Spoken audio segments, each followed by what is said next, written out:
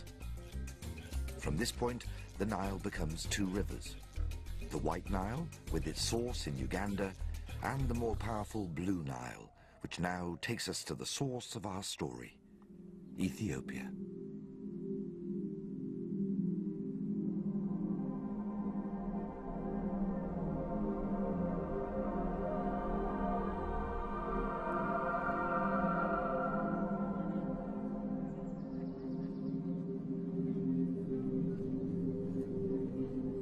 The Ethiopia we expect to see is a parched and barren country, ravaged by dictatorship and civil war, and left to rot in the midday sun.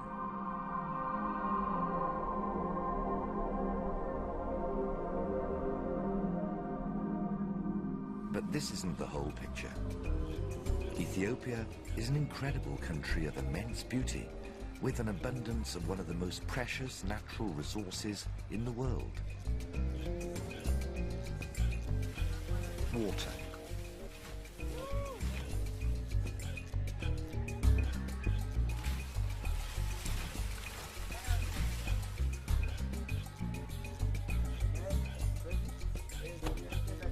This is the country which provides Egypt with 90% of its water supply and is the source of the Nile itself. But despite its apparent water wealth, Ethiopia's problem has always been a crippling inability to use the vast percentage of it.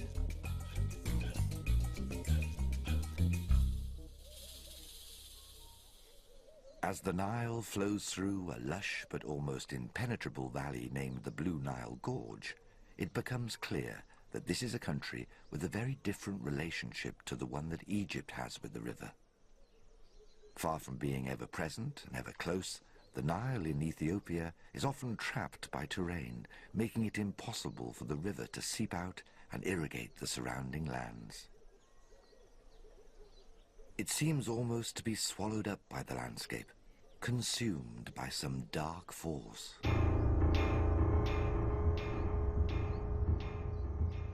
Superstition has long held that the Blue Nile Gorge, which stretches for 400 kilometers right through the heart of Ethiopia, is an evil place, populated by dangerous spirits. This, along with its extremely harsh geography, has always been a serious obstacle not only in accessing the Nile, but also in the search for its source. The ancient Egyptians probably traveled upstream as far as this point, but weren't able to penetrate any further. It was only in 1968 that the gorge was finally navigated, and to this day, rumors of deathly rapids, huge crocodiles, and ruthless bandits deter would-be travelers.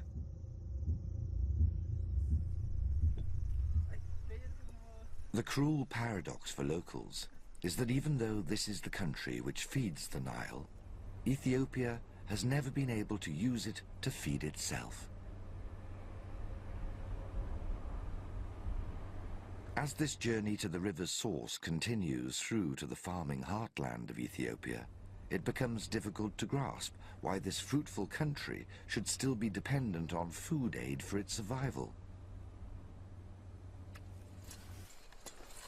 But Enyu Temesgen knows only too well why this is still the case. He and his wife Wubit own a small farm just at the end of the Blue Nile Gorge, in the foothills of Ethiopia. And even though the Nile here finally breaks free of its confines to flow right through their fields, Enyu can hardly use a single drop of it. So the Nile is far from me. I cannot afford a motor pump and I cannot fetch it with my bare hands, so only my cattle drink from it. If I could, I would be very happy to bring the Nile to my land, but it is beyond our ability.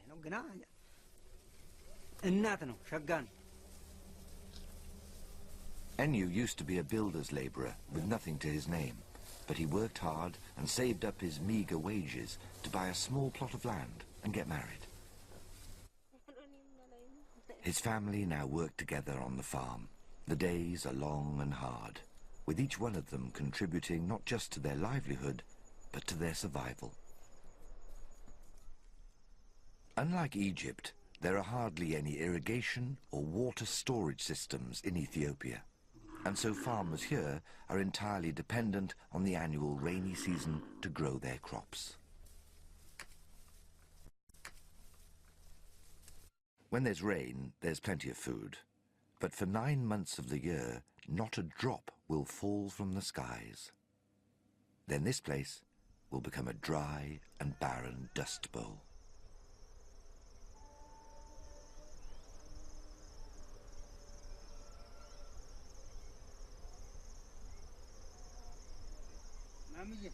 The most frustrating thing for Enyu is that since a little tributary of the Nile flows through his land, he could potentially irrigate their fields all year round.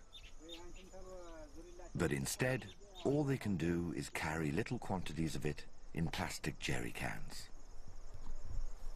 This is Wubit's job. She has to make this trip 4 or 5 times a day to provide just enough water to cook, clean, and wash.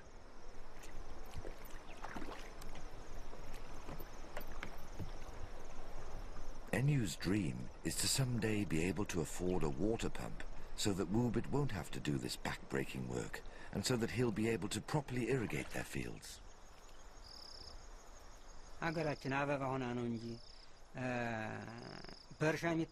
Then our country will be like a flower. Hand labor will be replaced by machines, and water will be used for development.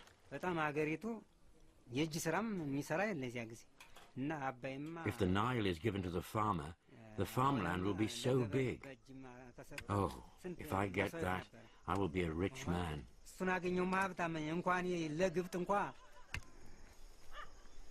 All this should be possible.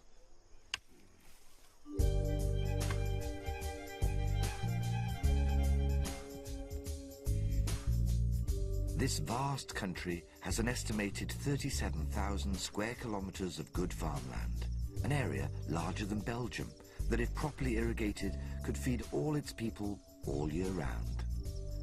To do so, however, would reduce the river's flow to Egypt dramatically and result in almost certain conflict between the two nations.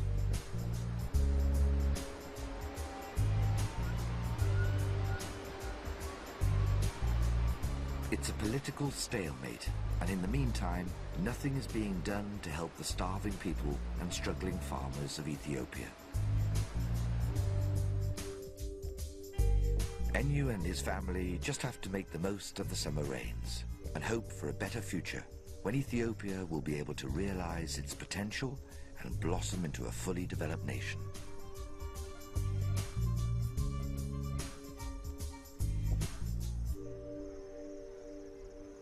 But for now, the unavoidable truth that this is a country still struggling to provide its people with the bare essentials to survive is still as glaringly clear as the bright Ethiopian sun. In a place where human beings are so entirely at the mercy of nature and its forces, on good soil and good rains, with hunger and thirst their old companions, it's hardly surprising that some people here still cling to the comfort of ancient beliefs.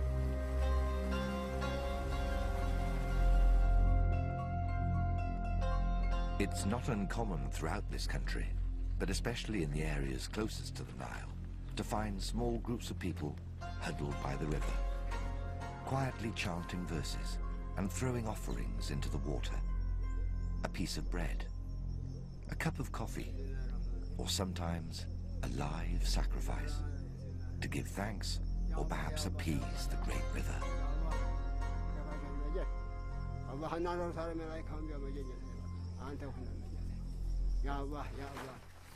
The Waito tribe is one of the oldest in Africa, and their way of life has not changed for thousands of years. They live on one of the Nile's tributaries, only 30 kilometers away from its source, and still make boats out of papyrus, reminiscent of those that would have been used in ancient Egypt.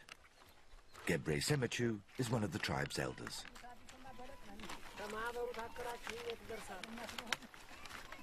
It is known that the life of the Waito tribe is on the water. Poverty is a big problem for us, more than ever. The fish harvest is disappearing, and papyrus is not found near like before. It is a difficult life.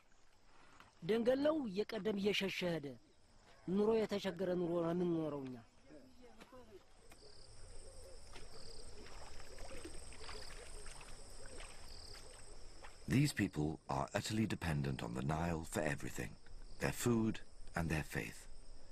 Apart from the little money they make by selling baskets in the local market, they live a hand-to-mouth existence, with no land to farm and no animals to rear. Their relationship with the river is one of complete respect, believing that the Nile is an awesome force, there to serve the needs of all the people, but belonging to none. The Nile is the Earth's resource. It belongs to the Earth. As it goes on its travels on Earth, it belongs to no one.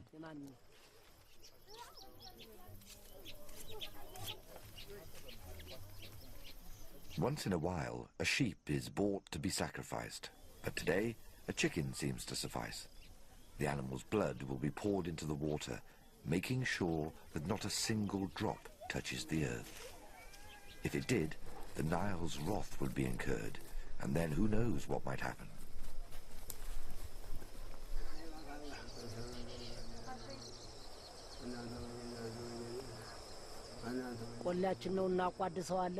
The Nile is our caretaker, and we sacrifice for it.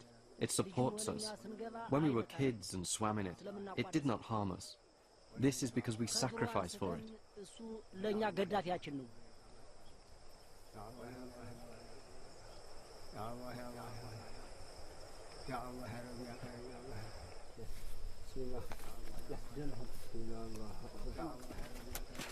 Over recent years, the village elders seem worried that their sacrifices aren't working as well as they used to. The Nile and its environments are changing, they say, and they don't know what to do about it. As the sun sets on the Waito village, we can but ponder on Gebre's words. The Nile belongs to all, and yet to none. Wise words that a wise world would choose to hear.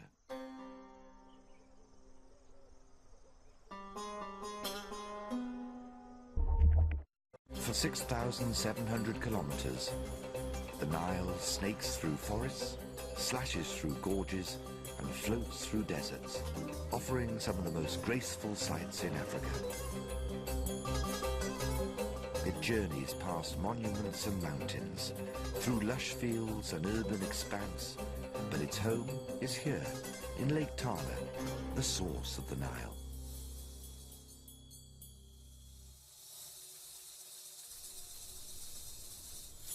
Over 60 small rivers run into this vast inland sea, but only one flows out, the Blue Nile. It's here, hidden in ancient texts, that we will unlock the secret why Ethiopia has never been able to unleash the power of its river.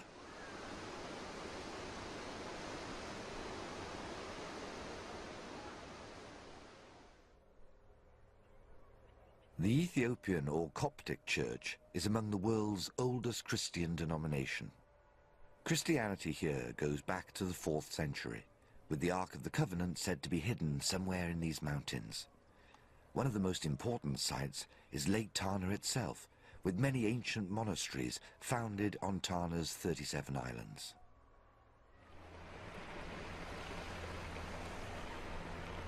One of the most celebrated and revered is Kibran Gabriel, which still houses a small community of monks, all of whom are entirely dependent on the lake and the Nile for their spiritual and daily needs.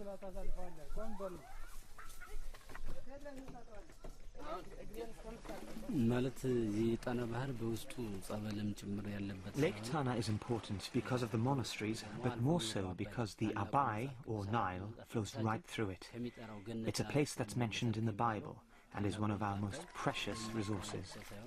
Religion is extremely important here, with politics and faith always closely intertwined. Ethiopia's spiritual makeup has been one of the main reasons why the country has not been able to utilize the sacred Nile. To understand more, we have to follow Abba Mariam into the monastery's old scriptorium, where they keep priceless religious artifacts and ancient texts. In this book from the early Middle Ages, there's a note referring to an aboon, or archbishop, being sent here. In the crucial area of religion, Ethiopia was for centuries under the rule of the Egyptian Church. Even their archbishop, their aboon, was sent to them from Egyptian HQ. With that kind of dependency on Egypt for their spiritual health, Ethiopia was always kept under their yoke, afraid that if they ever dared interfere with Egypt's lifeline, then they would lose their archbishop and their own religious heartbeat. But then, in 1959, in an act which expressed a growing national self-confidence, the Ethiopians broke away from the Egyptian Church. By so doing, they released themselves of any spiritual dependency and set the stage for what could be a conflict of apocalyptic proportions. With hardly any contact with the outside world, Abba Mariam and his small community on Lake Tana seem unaware that the future of the Nile may now hang in the balance.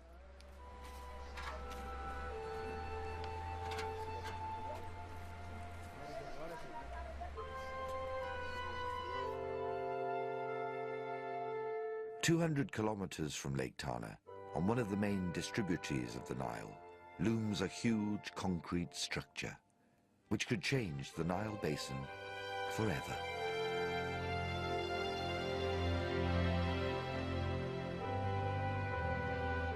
When completed, the Tekizi Dam will be one of the largest in Africa.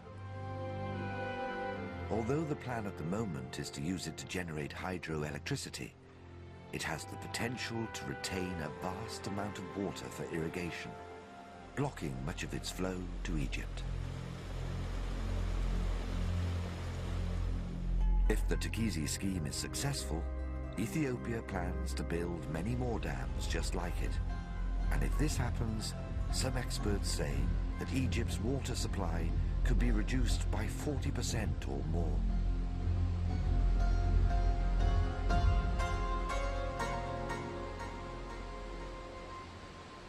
The Ethiopian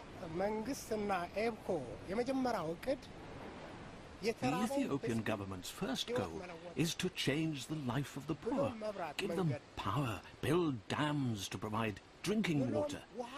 There are some people who have to walk 6 to 7 hours to fetch water. The priority here is our people.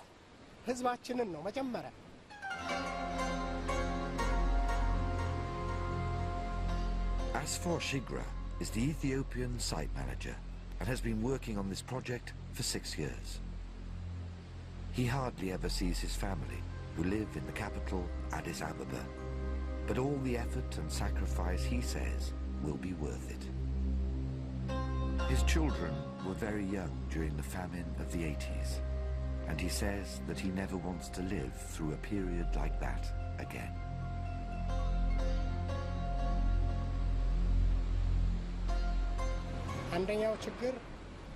Ethiopia in the past had a lot of problems. At first, our problem was that we were unable to use our natural resources, especially unable to use the cheap resources, the rivers. Hence, there was big famine in our country. Now is the time to eradicate that famine. The Tekizi project was on the drawing board for many years, but potential Western investors, such as the World Bank, were always scared off by belligerent noises from the Egyptian capital. So Ethiopia went east in search of help, and in 2002 found a Chinese backer for this project. The Tekizi marks a definite turning point in Ethiopia's history and in its potential to harness the Nile. It also marks the realization of many of Egypt's fears. After thousands of years of just letting it slip through their fingers, Ethiopia's new determination and ability to utilize the Blue Nile is likely to put it on a collision course with Egypt. the country which makes most use of the water downstream. Conflict has been threatened by both sides, but Asfor believes that all this doesn't have to lead to war.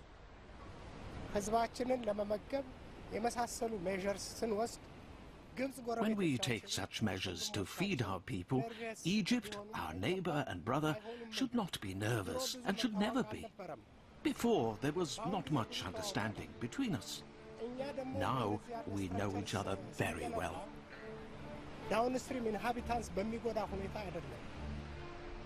For the first time in history, all 10 Nile Basin states are meeting around one table to discuss how best to share the river. Despite Asfor's optimism, relations are still tense, and agreement between the countries is a long way off. There is hope, however, with Ethiopia and Egypt now starting to work together to face realities and find a solution to their conflicting demands. One thing is certain: to avert disaster, there will have to be compromise on both sides. War can only be avoided if every country begins to see the river as a gift for all, but a prize for none.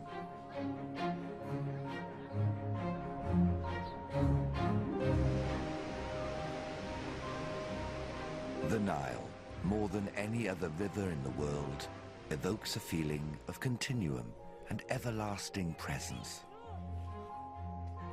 From Aristotle and Moses through to present-day politics, the Nile flows through the world's consciousness and its history.